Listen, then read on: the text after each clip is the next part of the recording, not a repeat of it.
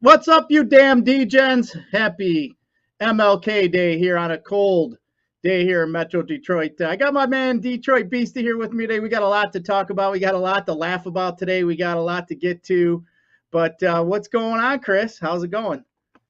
It's outstanding. Had a nice, restful, peaceful weekend. I don't know about you, and I've said this before on the broadcast, or anybody that's watching this, it's the Wildcard weekend. So essentially, this is week 19 of the NFL season. So every day through every week, we're talking, doing notes, broadcasting, playing sports. And towards the end of the regular season on Sundays, I can say this. I have no problem being open and honest. I didn't even watch football on Sunday like the last 4 or 5 weeks of the season because I was getting my fix, broadcasting or writing about it. But yesterday I watched every minute of every game and it was glorious. I think I feel fantastic, but I got in bed at literally 5 o'clock. I just laid there until I fell asleep after the second game. That's one of those days where, you wake up today and you're like, hell yeah, I did everything I could, to be right within, Chris is good to go. So I wake up this morning and I feel outstanding.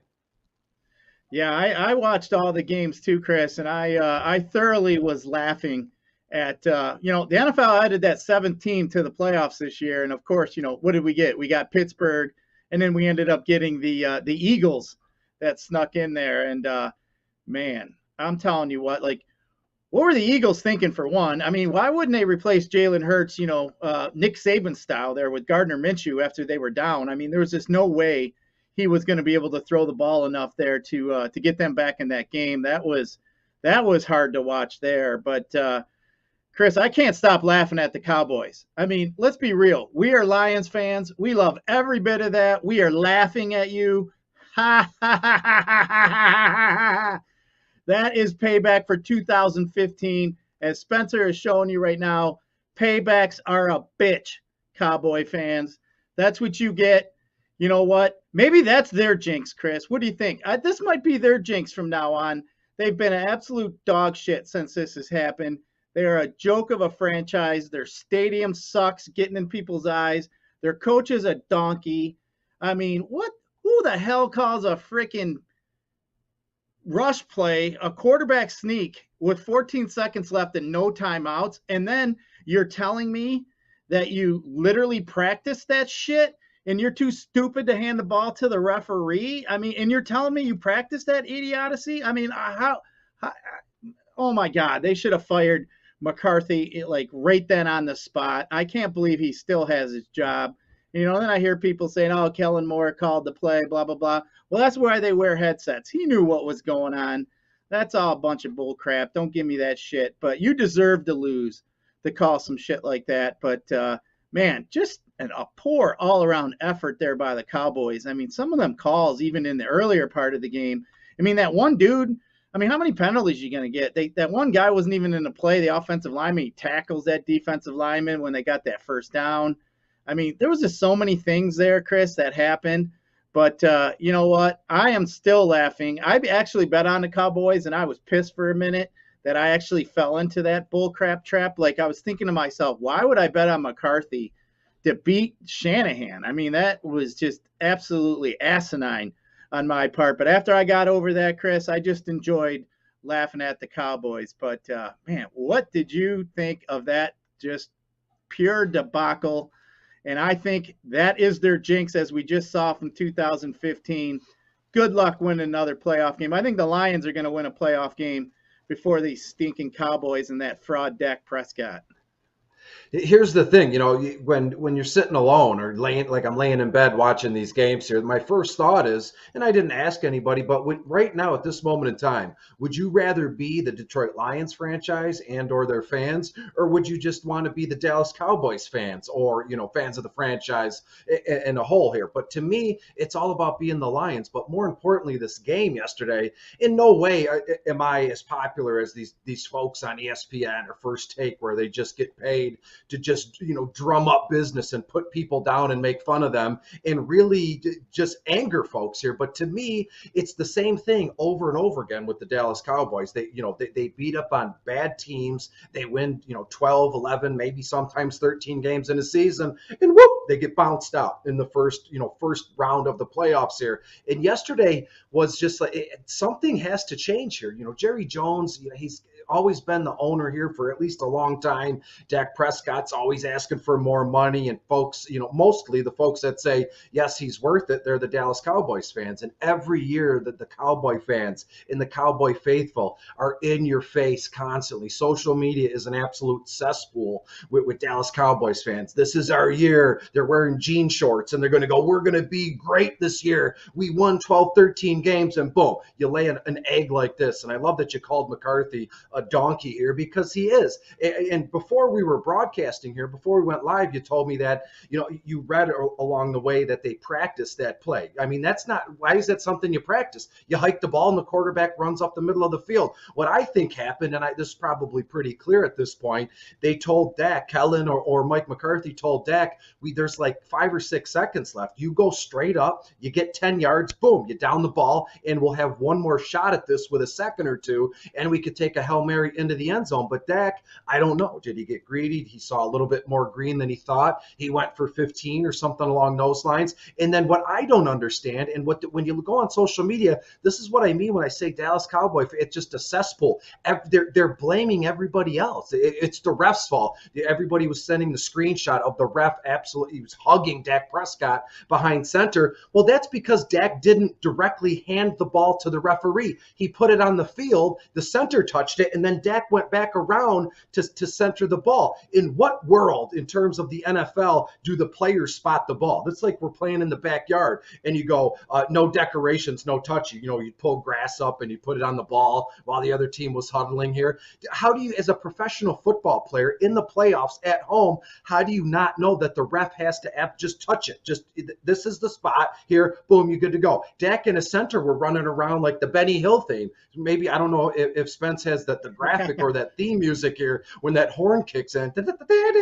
I mean, what were they doing? And then again, Cowboy fans blame everybody but the Cowboys here. 14-something penalties there. Every player on that offensive line had some sort of holding or hands to the face here. I mean, they were just, that was awful yesterday. And again, I'm not glad the Cowboys lost. I could care less. I mean, I'm a Lions guy through and through. I don't care what any other teams are doing, really. So the Cowboys in San Francisco, this game was outstanding. But to me, the Dallas Cowboys, where do they go from here? How can they go into an offseason and or start next year with the same cast of characters, with Mike McCarthy, with Dak Prescott as their quarterback, right? And again, the Dallas Cowboys fans, Jerry could sign, Dak Prescott for $75 million a year. And guess what? The moments after that happens, we're going to get those nasty, argumentative Cowboy fans going, yep, that was the right move. You got to pay him. We're going to be back in the playoffs. Sure. Here's the thing. This is what I want to end this whole spiel at. I know people in the comments are probably going nuts right now. People love a Beastie rant. It's just getting some stuff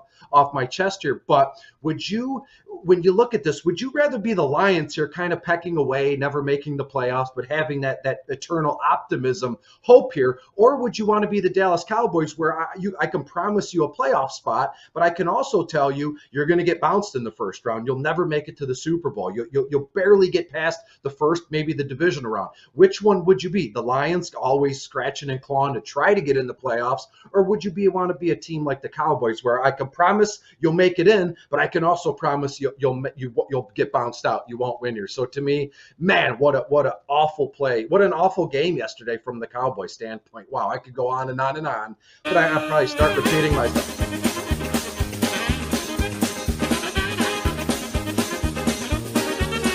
That's it. That was outstanding. That's it. Spencer, I'm telling you, I am just pure laughing at the Cowboys. But has a quarterback with Dak Prescott, Beastie? I mean, who has more weapons? The dude's got an offensive line. He's got Lamb, Prescott. I mean, Cedric Wilson isn't bad. He's got a decent tight end. He's got Zeke, Pollard, Elliott. I mean, what does the guy Jarwin? need? I don't know. I mean, it's unbelievable to me. They are terrible. Oh my gosh. I am still laughing. I am more disappointed in myself, Beastie, that I fell for that bullshit. Oh my gosh. I'm still upset with that. But on the other hand, man, good for the 49ers. You know what? That was a good win.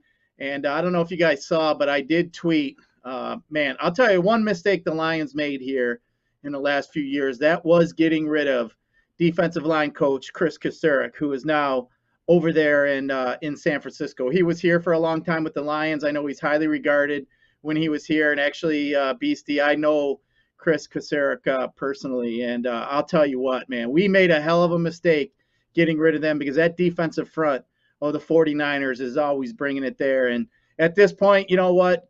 Good for you guys. Good for the 49ers. But let's talk about Debo Samuel for a minute. Is this guy a flat out stud or what? I mean, this guy is changing football, Chris. I mean, we haven't seen a wide receiver play the running back position like Debo Samuel has. I mean, this guy here is just an absolute stud, and just kind of goes to show you, you know, the Swiss Army knife here thing there. I mean, but let's give kudos here to this coaching staff here, and I think this goes to show you the two sides of a good coach and a bad coach. I mean, we've heard Aaron Rodgers bitching and complaining. He didn't want to play for McCarthy anymore. He wanted him gone. I mean, it's clear now. If you can't win with Aaron Rodgers, you think you're going to win with Dak Prescott? I mean, come on. I mean, you got to just give it up. Mike McCarthy should not have a job now. But man, Debo, he is a flat out pimp. What do you think, Beastie? Yeah, absolutely. And the whole time you're talking, I'm not trying to, spoil what you're saying here, but I'm thinking of other ways of what I'm talking. And when I get to a point, I can just say to Spence, hit me with the Benny Hill music, because I'm telling you, I feel another Benny Hill moment coming on when I believe it was late in the game, third quarter, when they pitched it, or they just straight up gave it to Debo Samuel. He cut toward the sideline, then he cuts back in, and there was two Cowboys converging on him. Whoop, he went right up the middle into the end zone. Wasn't touched. Has the Cowboys defenders running around like crazy people with nowhere to go and nowhere to be here. So to me, Debo Samuel is absolutely a stud here. The biggest thing for me in terms of betting, playing DFS, or anything along those lines here is I know we're going to get it as soon as the playoffs, so Super Bowl's done with. We're going to start to get folks that are like clamoring for dual eligibility for Debo Samuel, wide receiver and running back kind of thing. And then we're going to pass it down where everybody's going to want to be, allotted with this, Debo Samuel, Cordero Patterson. I mean, these guys are true blue, Swiss Army knives, can do it all. And Debo Samuel, to me, is an outstanding talent. To be fair, also, in all this breakout that he's had this season with running the ball and catching the ball, this kid is faster than hell. And to be fair, I've never heard him talk. I've never heard him at a press conference. I've never heard him, on TMZ where camera shoved in his face. So to me, I'm not saying that my opinion on Debo Samuel is good or bad here, but I've never heard a peep from this guy. I don't know if he's got this deep voice. I don't know if he talks like this. It doesn't matter to me. This kid can flat out play. And now it's the genius of not only the coaching staff, but the offensive skill positional players on the field, where they know they can get him involved in very different ways here. And when you look across the board here, who's to say that the Lions with Amon-Ra St. Brown or DeAndre Swift, it's all about the coaching, the eye of the coach that says, hey, this kid, this guy, aka Debo Samuel, he's a burner. We can get him out in the field. We can throw passes to him. He's labeled a wide receiver, but let's start to get this kid involved, in the backfield, just giving him flat out, straight up running back work. And he's blossomed into this just triple-headed monster threat here. So to me, again, as the playoffs kind of go along here and in the offseason, we're going to see a whole heck of a lot more coaching staffs kind of at least try to implement this kind of behavior with certain players. And I'm telling you now, a lot of these folks are going to fail. Not everybody is built like Debo Samuel. I could see a case to be made for Amon-Ra St. Brown, maybe a little Laviska Shenault. maybe even Jerry Jeudy. But right now, this position, wide receiver, running back, dual eligibility belongs to Debo Samuel. They should change the name of it to Debo Samuel because this kid is so damn good. And I'm just excited that they got the heck out of Dallas, and we'll get to see them play on again here. And I'm very much looking forward to the divisional round after tonight. And I'm sure we'll get to Stafford and in Arizona here. But Debo, what an amazing talent. Yeah, he is. I mean, the NFL is such a copycat league. I could see, a lot more offenses going to something like that, like Jamar Chase. I mean, that guy's a hell of a running back as well. So we'll definitely get to see that. But we did get to see Big Ben's last game this weekend. I mean, come on, the guy played 18 years as quarterback in the NFL. That in itself is quite amazing. But I mean, good for Ben. I mean, the Steelers, they hung in there. I mean, they had a rough game there with the Chiefs, but looks like we got the Chiefs spelled a little wrong there. Looks like maybe we were drinking it up a little bit today there, Spencer. But well, that's all right. We like to chuckle at here. No. Hey, no Scott, do you remember? Foul.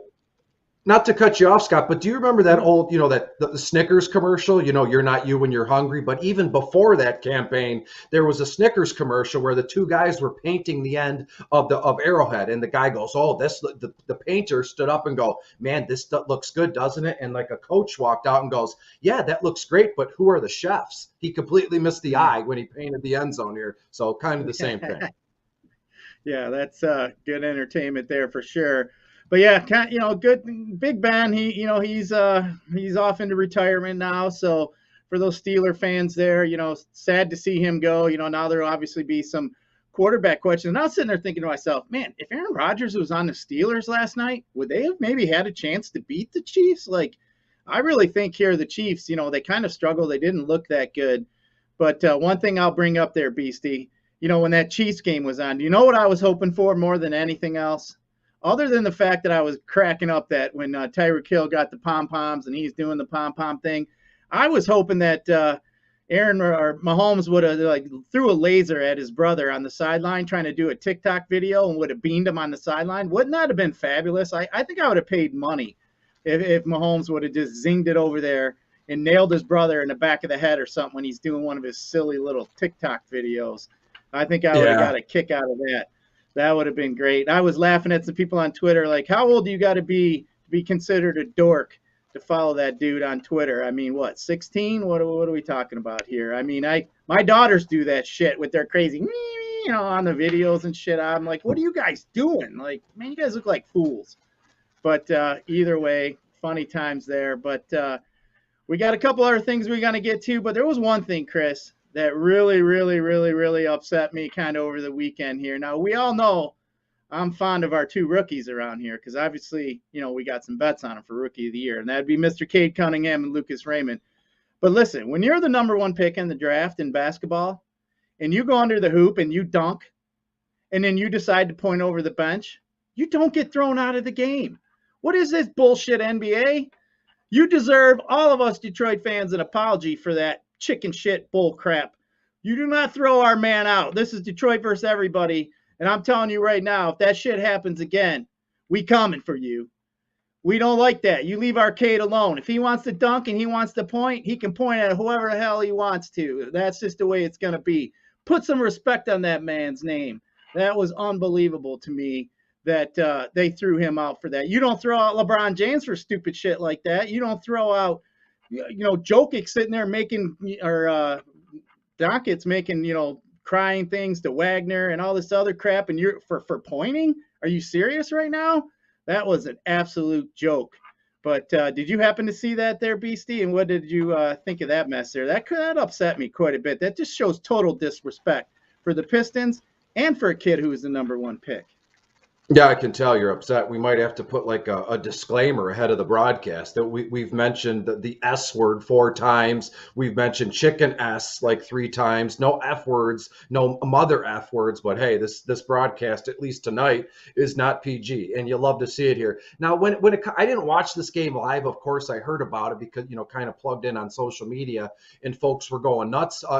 In terms of this, I did see the dunk. It was very disrespectful, but it was disrespectful disrespectful in a tasteful way, if that even matters, if that even means a thing. If I made up a new phrase, I mean, let's coin it and put an asterisk next to it now. Cade Cunningham was disrespectful.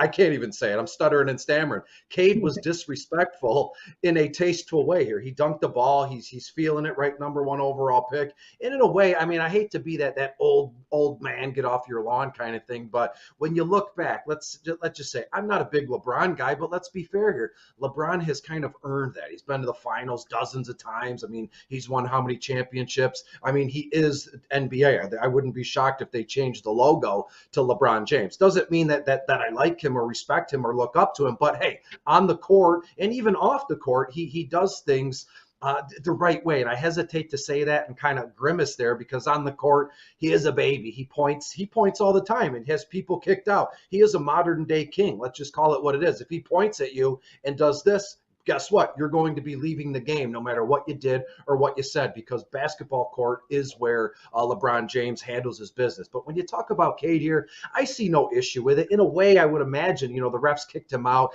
maybe to kind of teach him a lesson, so maybe but again, the referees aren't this kid's dad. I mean, you're there to do a job, to call a good game, make sure both teams are doing what they're supposed to do, fouls this and whatever. And that's about it. But to kick someone out of the game, especially the number 1 overall pick, this kid who's kind of learning on the fly, kind of figuring it out on a pretty bad team right now, let the kids play. That's the whole beauty behind NBA. These guys will dunk on each other. Their whole outfit when you're coming into the game, people love photos of that. So not only is the NBA about basketball, but it's a whole kind of social thing all over the place. What shoes is this guy wearing? What kind of bag does this guy have? Oh, did you see Chris Paul's chain when he came on, when he came into the arena here? So kicking a kid out for dunking and being hyped in his first season and then pointing to his own bench, that's kind of crappy. That's shady. I don't understand that. But hey, maybe next time around, has Cade learned his lesson? Hopefully not, because I want to see, fire in a kid like this playing for a bad team in hopes of growing it and being better here and carrying the Pistons in the next few years here. So that was awful. I agree with you. That was just absolutely uncalled for. That was just terrible. But on the other note, though, Chris, today is the birthday of, in my opinion, the world's greatest athlete of all time. Would have been 80 years old today, and that is Muhammad Ali. I mean, this guy here, I mean, what an icon. I mean, he's the icon of icons, in my opinion. But wanted to mention that he would have been 80 years old today. So, Michigan guy here. So just wanted to give Muhammad Ali a shout out. Would have been 80 years old today. I wish I'd have been, a little. I wish, we'd have guys like him around talking about shit talking. I mean, this guy here was the master at talking. But if you ever want to have if you ever get a few minutes, go back on YouTube and watch some of these fights and watch the hype all up to it. It is quite the spectacle that he put on. So wanted to give a shout out to the world's greatest athlete, as I had mentioned. But one other thing, though, Beastie, I wanted to bring up.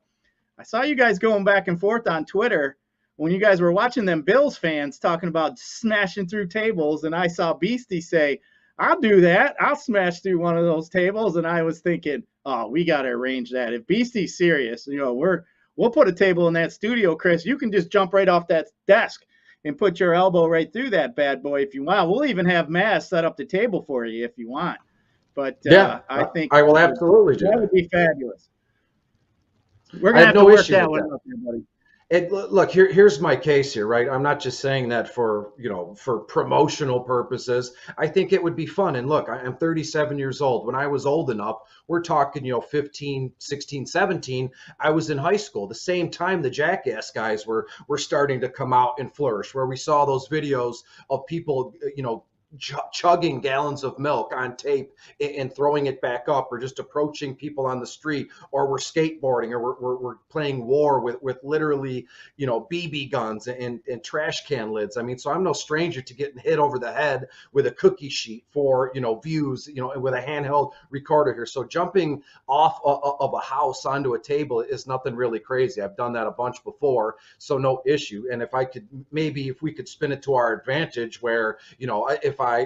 It's a whole thing. We could probably play it off where, I'm telling you right now I do it, but if we can kind of paint a picture where, you or Beer or Easy or Spence would say, well, Chris is kind of backing out on the table deal. We need your help here. Who knows how we could spin it? We could treat it like a wrestling promo if you wanted to, and ultimately I would jump off of it anyway. So in the meantime, we could play a game here where, he really doesn't want to do it anymore, and people probably get upset with me, but then at the end of the day, without fail, I'm going to do it anyways here. So that's not even an issue here. Maybe I'm older in age now, I'm 37, but I think I keep myself pretty fit. So jumping off of a table or jumping off of a table onto another table is no issue. The only thing that I ask is as soon as I'm on the ground, I'm picturing Maz with a microphone going, so Chris, how do you feel? And then boom, right in my face as I'm laying there. And I can sell it. I can embellish it, act like I got KO'd or like I broke my eye. Who knows how it's going to go down? But I see this as nothing but fun. And what's the worst that could happen, right? I crack a rib. Oh, well, I've done that before. No worries. Yeah, that would be quite the sight. I know my 50-year-old ass isn't jumping through some table. That's for damn sure. But, if I was your age, I probably would have done it. I was kind of crazy back then. And, I would try to do it here, but I'd have too many people in my inner circle trying to hold me back to be like, listen, dummy, don't be doing that silly shit anymore. But especially my bowling teammates, they wouldn't want me to mess up my right arm, that's for sure. But either way, though, Chris, being MLK Day, there's been sports all day today, if you haven't noticed. I mean, it started at noon earlier today. We've had college basketball. The Red Wings were on at 1 today, and the Pistons are going to – everybody's on a little early today. So it's just one of them crazy days, just a day to kind of sit around here, watch some sports, have some fun. But we do still have some games here for later tonight that we can look at. We got some NHL. We got 3 games. We got a handful of games here in NBA tonight that we can look at. And then, of course, we got Matt Stafford coming into the playoffs tonight against an Arizona team, which the big news in that one, though, Chris, today, J.J. Watt is coming back today. So we got J.J. Watt. I mean, if you're Stafford and you hear J.J. Watt's coming back, you got to be thinking, oh, shit, I got J.J. Watt going to be chasing me today. Like, damn. But really looking forward to that one. But before we get to that, which we will, we'll break it down. We'll get you guys some DFS plays. We'll talk about some bets we like and look at the insides of that game. But before we do so, Chris, we do have 3 games here in the NHL. I know, you like to look into those. We got the Flyers, the Islanders, Nashville, St. Louis, and then we got Pittsburgh in Vegas here later tonight. You got anything as far as bets, any kind of DFS or anything for these 3 games here that we got left on the slate? Oh, absolutely. I've told you a million times, I probably will stop saying this sooner or later, but I do my best work when it's a 3-game schedule like this. As you said, the Flyers go to take on the Islanders. That puck drop is at 7:30 p.m. Eastern. Nashville is at St. Louis, 8 p.m. Eastern. And then Pittsburgh at the Vegas Raiders in the desert. First puck drop there is at 10 p.m. So of these 3 games, of course, as everybody knows, I keep a little notebook. I write everything down in here. Baseball's coming up soon. I know Scott and Beer are way into that in terms of DFS. So am I. Just maybe a little reminder. We're getting very close to baseball. But tonight, when we talk about hockey, as I said, let's start with Philly and the Islanders here. When I look through my notes briefly, I wrote down the whole slate. I mean, the first game is at 4:00. That's playing right now. LA at San Jose, currently playing right now. And then Chicago and Seattle. Puck drop was about an hour and a half ago, seeing how it's about 6:30 right now here. But when we look at Philly and the Islanders here, I think it's going to be a very low-scoring game. So when you look at this one, over-under is at 5.5 goals here. I like the under in this one, but I do believe the Islanders are the ones who score 3 goals in this one. For that fact, I love the New York Islanders first line, Matthew Barzal, Anders Lee, Josh Bailey. These 3 dudes, they skate together on the first line, and Barzal and Anders Lee on the first power play unit, and Josh Bailey, second power play unit. So 3 guys, you're going to get a ton of minutes from them skating together with a little bit of a sprinkling of their second power play unit. And hey, look, Barzal's the most expensive player in this line on FanDuel, at least, only $6,700. So the New York Islanders first line, that they make for a fantastic stack with few of these other lines I have coming up here next. And when we look at Nashville and St. Louis, over under is at 6 here. Let me refer to my notes briefly. And then this one, Nashville and St. Louis, as I said, the over under is at 6. I like the under again in this one, and I think Nashville wins this one 3-1. So to me, as it stands now, I'm going to fade the Philadelphia Flyers. I'm going to fade the St. Louis Blues in favor of Nashville's second line, not their first line. I love the Predators' second line. Mikael Granlund, Matt Duchene, and this young kid coming up out of nowhere. His first name is Eli, I don't know, but Eli Tolavarayan has been outstanding as of late. And all three guys on the second line, the most expensive one is Matt Duchene at $7,700, and then Granlund and Eli all under $5,000. So give me Nashville 2 and the New York Islanders 1 as of right now. And then the last game, the nightcap or the late game hammer, however you want to call it, the Pittsburgh Penguins go to the Vegas Raiders in the desert here. And again, over-under is at 6 goals. And I can't tell folks enough or loud enough. You can see I'm running out of breath here because I want to tell people, play the under in this one, and it's going to come in. I don't even think there's 3 goals combined scored in this game. Actually, 3 right on the nose here. Vegas has been skating very well. So has Pittsburgh. So when these two teams combined, I think it's going to be some sort of defensive battle. They're a defensive stalwart here. But if I had to choose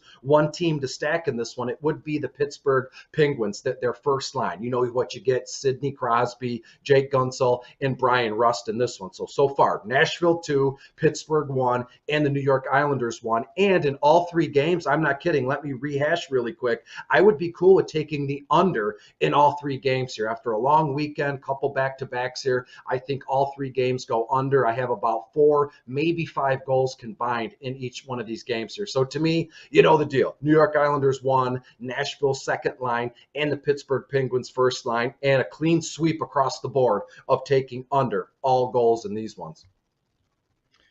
Sounds like a good plan there. The unders in these NHL games, but also we got some NBA tonight. And I mean, this is kind of a weird slate here, Chris. We got FanDuel starting their main slate at 6.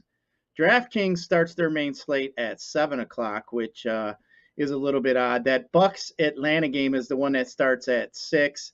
So FanDuel does include that. So, you know, hey, if you're watching this now and you haven't get on FanDuel, haven't set your team yet, unfortunately for you, that slate has already started. Hate to be the bearer of bad news, but as far as DK goes, just looking at that one without that Milwaukee game, I mean, you got 2 games here with that over-unders that are really high. Obviously, that Laker game at the 230 is absolutely ridiculous. That's pretty high. And then you got this Phoenix and San Antonio game is also pretty high as far as over-unders go.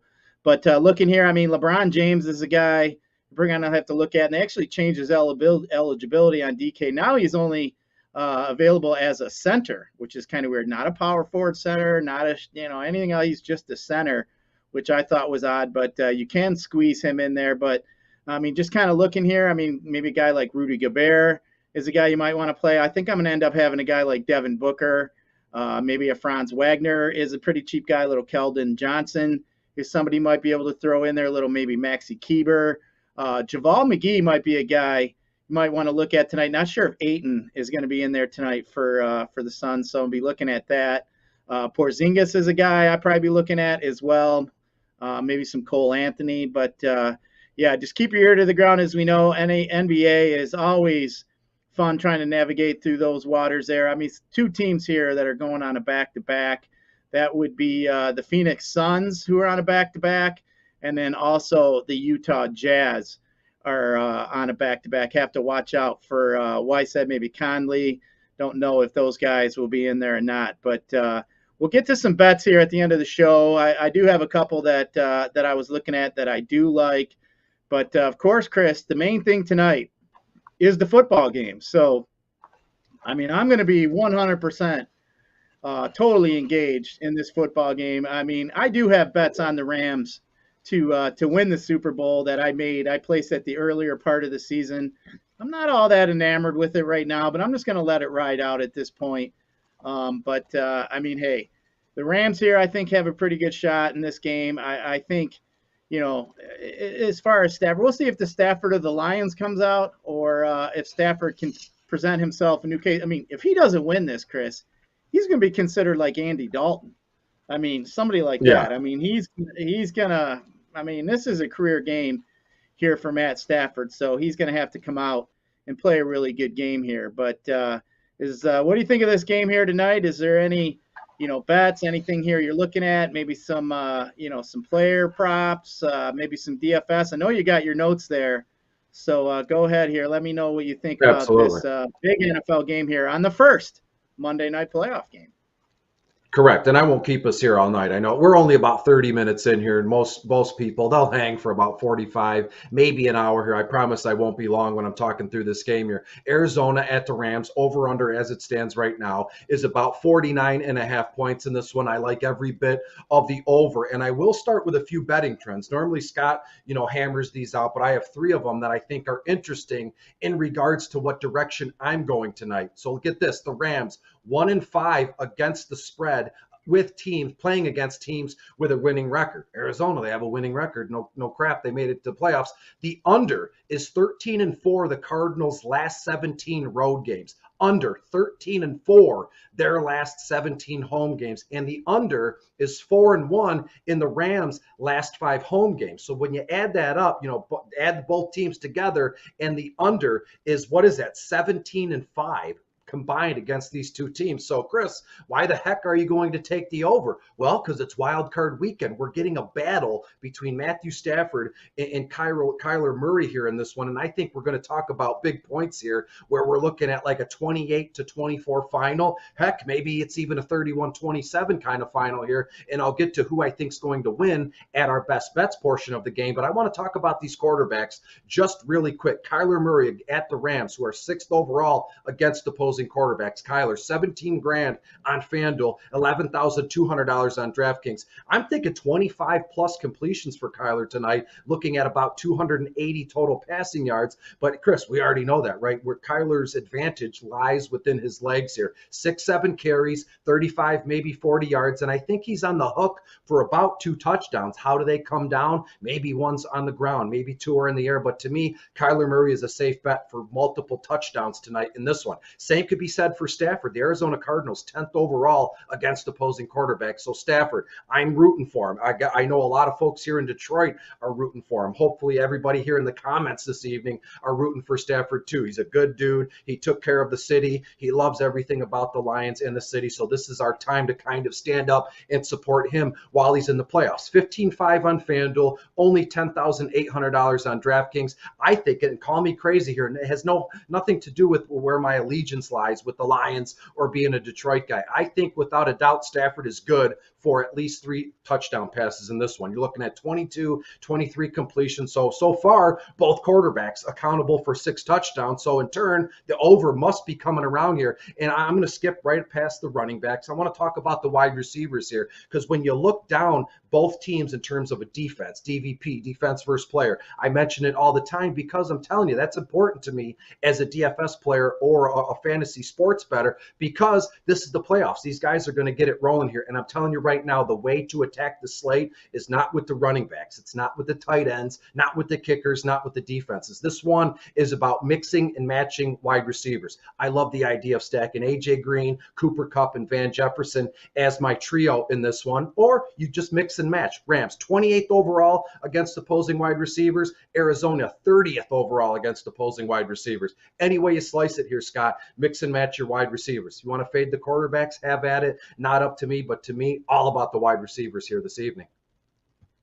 Yeah, I think this game is. I agree with you. I think this game could be a shootout, pretty high scoring. I mean, the Cardinals have given up the 5th most points to wide receivers, so obviously that bodes well for these receivers here, Beckham, Jefferson, and Kupp. They're pretty stingy against the tight end, so I don't know too much there about Higbee. But one thing I will bring up, in 6 career meetings with Sean McVay's Rams since entering the league, Kyler Murray has struggled to the tune of 232 yards passing per game, 6.8 yards average, 8 touchdowns, 9 turnovers, and 18 sacks. So now he's going to face them with a beat-up Hopkins, a banged-up running crew here. Sounds like Connor may try to give it a go here tonight. They haven't taken him off the IR, but it sounds like he may get a chance to get in there. So obviously McVay has been doing something right here to keep Kyler Murray in check here. But the one thing that I did notice, I mean, the Cardinals here have lost their last 4 out of 5 games. They lost to the Rams. I mean, we know they lost to the Lions. They lost to the Colts. They beat Dallas, and then they lost to Seattle. So I just think here the Rams are going to be way too much here for the Cardinals. I don't think Kyler Murray is going to be able to put the team on their back as they'll need to. But I do like Kyler Murray actually to score an anytime touchdown today. That's plus 220 over there on FanDuel. I also like the Kyler Murray rushing props. I think his rushing prop right now is about 40.5 on FanDuel. Last I checked, 40, 41 maybe possibly now. But I also like the Kyler Murray rushing prop there. I also do like the receiving props, as you mentioned, for Jefferson and OBJ tonight for the Rams. But yeah, I think you might see the Cardinals struggle a little bit here tonight with this Rams defense. But yeah, definitely interested to sit down, watch this game. I think this is going to be a really good game here tonight. Just looking forward to it. You did mention some of those trends, which, yeah, I mean, some of them numbers there. I mean, these two teams are obviously division teams. So, they obviously have a history there. The favorite is 8-2-1 their last 11 meetings. The road team is 5-1-1 in their last 7 meetings, but the Cardinals are 1-8-1 against the spread in their last 10 meetings. So obviously the Cardinals have struggled against them as well. But yeah, I think Stafford here gets a victory. I think he has a chance to throw 3 touchdowns. I think Sony Michel is also in line for a pretty decent game here. I mean, Darrell Henderson ran for 89 yards and 14 carries against them here and in week 4. And then Sony Michel ran for 79 yards against the same team. I think it was week 14. So I think you could see the Rams also be able to run the ball, which is going to open up for some play action. And I think you'll see these receivers have a lot of space to run around because they're not going to – I mean, they got to decide what they're going to try to stop here. Are they going to stop the run, or are they going to sit back and try to stop these Rams receivers and Matt Stafford? So, but we'll see what TJ Watt can do. I mean, we'll see what Watt can do. And speaking of Watt, Chris, this just made me laugh. I watched on Twitter yesterday. I don't know if you saw any of these silly Barstool feeds where they're sitting around and betting. One of them donkeys thought he bet on Watt to score the first touchdown yesterday.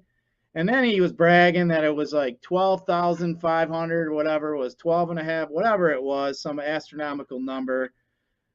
But the donkey bet on Derek Watt.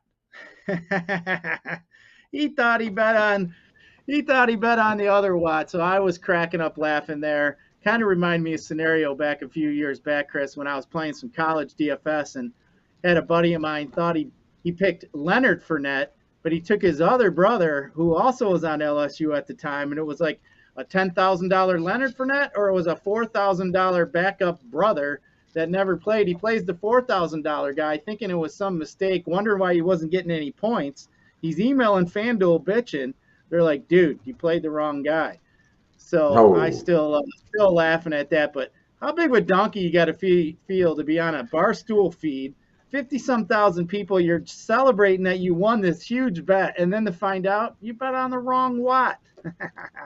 Yeah. To be fair, those broadcasts they do droves, big Barstool, Big Cat Bars. It's a guy, right? And they interview all these stars and studs. They've been on a run of wrestlers here, and all those broadcasts do well. But they had that one where it's like a camera in the corner of a warehouse, and there's like 15 guys sitting like this close to each other. And to be fair, I watched it for a minute, but it wasn't doing well views wise. And I'm thinking, I'm not saying what we do is like top of the earth, salt of the earth here, but I don't know too many people. What unfortunate soul would watch 15 Barstool guys just sitting in chairs watching the game? There was no real commentary there, but hey, that's the genius of it all. You got this big brand, and these big time guys here, that just broadcast, put a camera, and whatever happens. That's the beauty of social media here. And one thing I will say, at the start of last season's fantasy season, some guy grabbed Matt Barkley, first or second overall, thinking it was Saquon Barkley, and he was stuck with that backup quarterback. I think the guy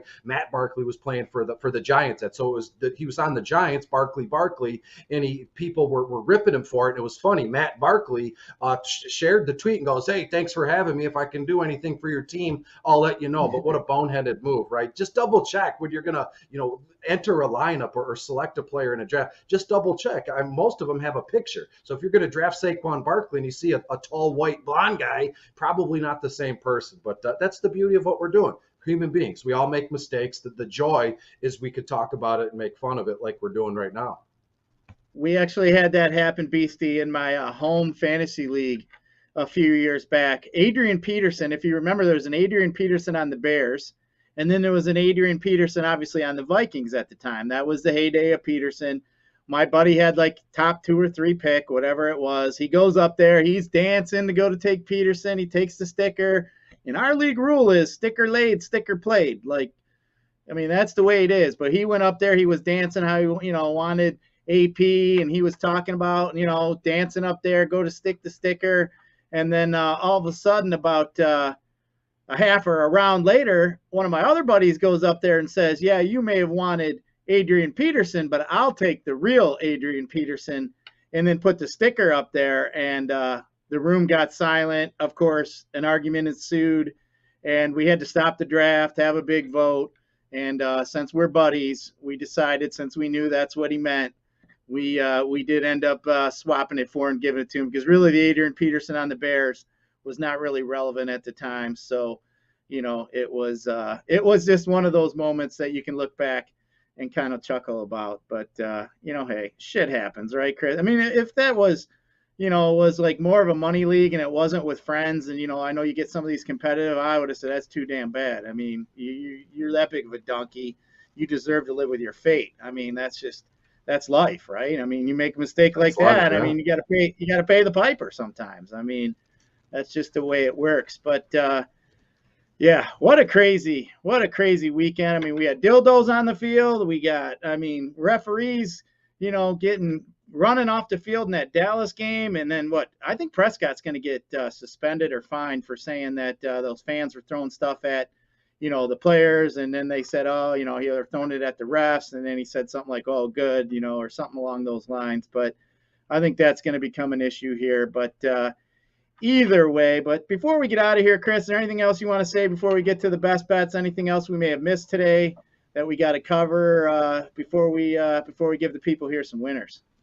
Yeah, shout out to Woodward Sports and their Twitter feed at Woodward Sports. Dylan Larkin, we won. Dylan Larkin scored in overtime this afternoon, and bam, the Wings win. I love what Woodward had to say on their Twitter page. Oh, captain, my captain. Dylan Larkin wins it for the Wings in overtime. And when we look at this game here, to be honest with you, Scott, I don't know how I'm going to be playing some hockey, but when it comes to this football game, I just want to be in peace and watch this game. Because again, I'm rooting for Stafford. I'm not going to be a new Rams slappy. I'm not going to be one of those guys who buys a Rams Stafford jersey. But realistically, I do want to see this guy win and move on in the playoffs. Get that, exercise some playoff demons. He was with the Lions all these years. I believe they only made the playoffs 3, maybe 4 times, and obviously they never won a playoff game. So to me, this one is huge for Matthew Stafford. We'll see what we can get going in terms of the Rams and Arizona here. But I do firmly believe Matthew Stafford and the Rams win this one. It's going to be close. We're going to be sweating it out the last few minutes of the game, which would be outstanding given what had happened this weekend, just blowout after blowout. The first game of the weekend, Cincinnati game, that was the closely contested one. But here we are. Well, aside from San Francisco and Dallas, but who cares about Dallas? Let's go San Francisco. But to me, I'm going to sit back, rest, relax, and just and watch this game from a fan perspective. No bets, no DFS. I want to be at home in peace. Just oof.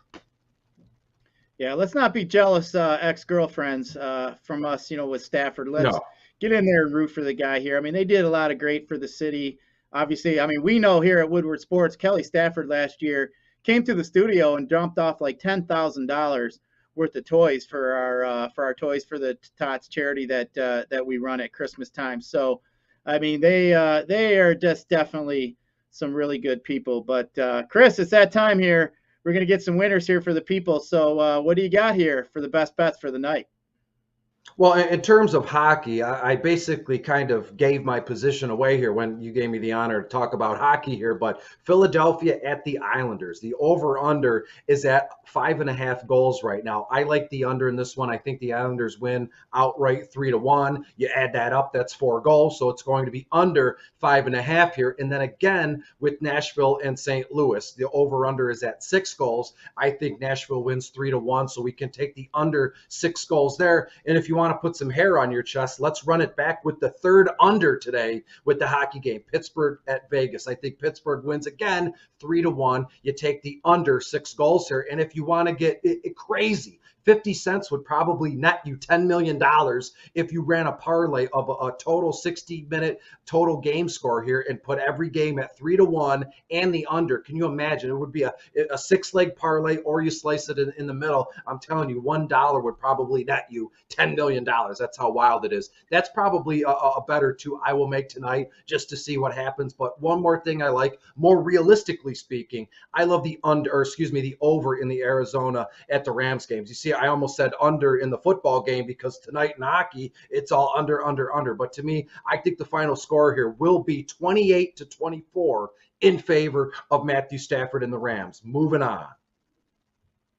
Yeah, hopefully Stafford and the boys can get it done. Obviously, I'll get here to that game here, my best bets. But I got two of them first here, Chris, in the NBA. I'm going to take Toronto tonight, getting 3 points here in Miami. Doesn't sound like they're going to have Kyle Lowry.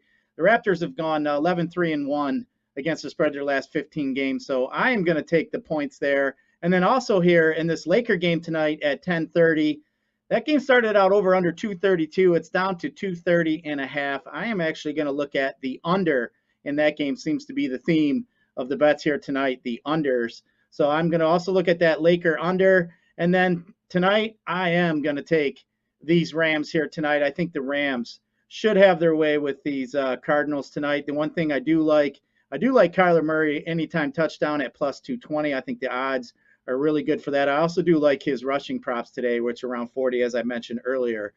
But yeah, so looks like we got a full night of some sports here we can watch tonight. Of course, if you're watching us here on YouTube, make sure you hit that like button for us. We really appreciate that. Always like when you guys are interacting in that chat with us. Always like to do that. And hey, if you guys hit a bet on something that we sent out, gave you, go ahead and tweet that out. We'll be sure to give you some props as well for any kind of love we get back. We'll be sure to mention that. But that's gonna do it here for the Woodward Bet Show. For Spencer, for Behind the Glass, for Detroit Beastie, I am Scott, and we will catch you tomorrow.